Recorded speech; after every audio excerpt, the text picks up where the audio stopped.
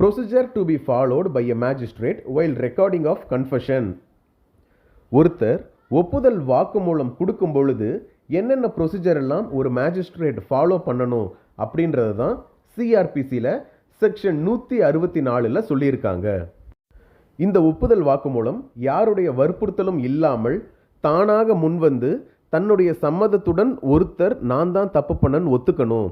அதுக்காக தான் இந்த ஒப்புதல் வாக்குமூலம் கொடுக்குற ப்ரொசீஜரை 164 வச்சுருக்காங்க. யாராவது வற்புறுத்தி வாக்குமூலம் கொடுத்தாங்க அப்படின்னா அது ஏற்றுக்கொள்ளப்பட மாட்டாது. இப்போது செக்ஷன் 164 5 சப்செக்ஷன் இருக்குது. 164 என்ன சொல்கிறாங்க? Recording of confession and statements, ஒப்புதல் வாக்குமூலத்தை பற்றி சொல்கிறாங்க. இதில் சப்செக்ஷன் 1 மெட்ரோபாலிட்டன் மேஜிஸ்ட்ரேட் இல்லைனா ஜுடிஷியல் மேஜிஸ்ட்ரேட் இந்த ஒப்புதல் வாக்குமூலத்தை ரெக்கார்ட் பண்ணலாம்னு சொல்கிறாங்க. எப்போ? இன்வெஸ்டிகேஷன் நடக்கிறப்போ. அப்படி இல்லை அப்படின்னா இந்த ட்ரையல் நடக்கிறதுக்கு முன்னாடி இந்த ஒப்புதல் வாக்குமூலத்தை வாங்கலாம் அப்படின்னு சொல்கிறாங்க. யார் வாங்கணும்? மெட்ரோபாலிட்டன் மேஜிஸ்ட்ரேட் இல்லை ஜுடிஷியல் மேஜிஸ்ட்ரேட்.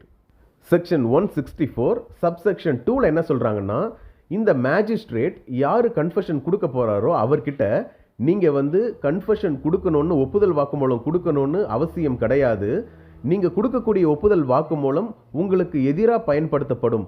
ஒருவேளை நான் தான் தப்பு பண்ணேன்னு நீங்கள் வாக்குமூலம் கொடுத்தீங்க அப்படின்னா அது உங்களுக்கு எதிராக தீர்ப்பு கொடுத்து உங்களை சிறையில் கூட அடைக்க இந்த ஒப்புதல் வாக்குமூலம் தான் பயன்படும் அப்படின்றத அவர் ஒப்புதல் வாக்குமூலம் கொடுக்கறதுக்கு முன்னாடி அவர்கிட்ட இதையெல்லாம் தெளிவாக ஒரு மேஜிஸ்ட்ரேட் சொல்லியிருக்கணும்னு சொல்கிறாங்க. அடுத்து சப்செக்ஷன் 3 மேஜிஸ்ட்ரேட் சிஆர்பிசியில் சொல்லியிருக்கக்கூடிய வழிமுறைகளை பயன்படுத்தி தான் இந்த கன்ஃபெஷனை ரெக்கார்ட் பண்ணணும்னு சொல்கிறாங்க.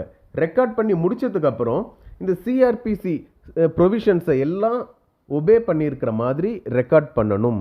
என்னென்ன பண்ணணும்? ஒன்றும் கிடையாது. சிஆர்பிசியில் கன்ஃபெஷனை ரெக்கார்ட் பண்ணுறதுக்கு என்னென்ன வழிமுறைகள்லாம் சொல்லியிருக்காரோ அதை எல்லாத்தையும் இவர் பின்பற்றணும்னு சொல்கிறாங்க. அது என்ன வழிமுறைகள்னு சொல்கிறது அடுத்த செக்ஷன். செக்ஷன் 281 எப்படி சொல்லியிருக்காங்களோ அந்த வழிமுறைகளை பயன்படுத்தி ஒரு மேஜிஸ்ட்ரேட் ரெக்கார்ட் பண்ணியிருக்கணும். அதுவும் இல்லாமல் அதில் அவர் சைன் வாங்கியிருக்கணும். யார்கிட்ட? அவர் வாக்குமூலம் சொன்னதுக்கப்புறம் அவர்கிட்டயே சைன் வாங்கியிருக்கணும். மேஜிஸ்ட்ரேட்டும் கையெழுத்து போடணும். அதில் என்ன எழுதியிருப்பாங்க அப்படின்னா, நான் எல்லா தெளிவாக அவர்கிட்ட சொன்னேன், இந்த வாக்குமூலத்தினால் ஏற்படக்கூடிய விளைவுகளையும் நான் அவரிடம் தெளிவாக எடுத்து உரைத்தேன். அதையெல்லாம் கேட்டுட்டு தான் அவர் இந்த வாக்குமூலத்தை வாலண்டியராக கொடுத்துருக்காரு. யாருடைய வற்புறுத்தலுக்காகவும் அவர் இந்த வாக்குமூலத்தை கொடுக்கல, வாலண்டியராக தான் கொடுத்துருக்காரு. அவர் என்ன வாக்குமூலம் கொடுத்துருக்காரோ நான் அதை அவர்கிட்ட படித்தும் காமிச்சிட்டேன். அவர் சரி அப்படின்னு ஏற்றுக்கிட்டாரு அப்படின்னு சைன் பண்ணியிருக்கணும். வாக்குமூலம் கொடுத்தவரும் மேஜிஸ்ட்ரேட் 2 பேருமே சைன் பண்ணியிருக்கணுன்றது சப்செக்ஷன் 4.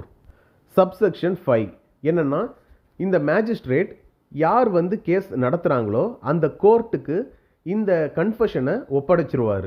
இதுதான் subsection 5. Magistrate shall send the recorded confession or statement to the magistrate whom the case is to be enquired.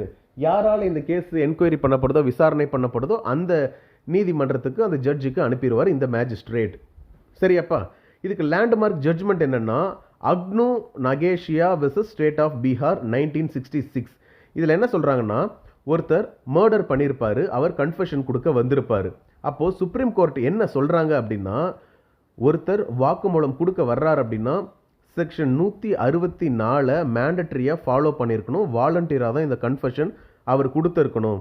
அதை என்ஷூர் பண்ணணும்னு சொல்கிறது தான் இந்த அக்னோ நகேஷியா கேஸ்.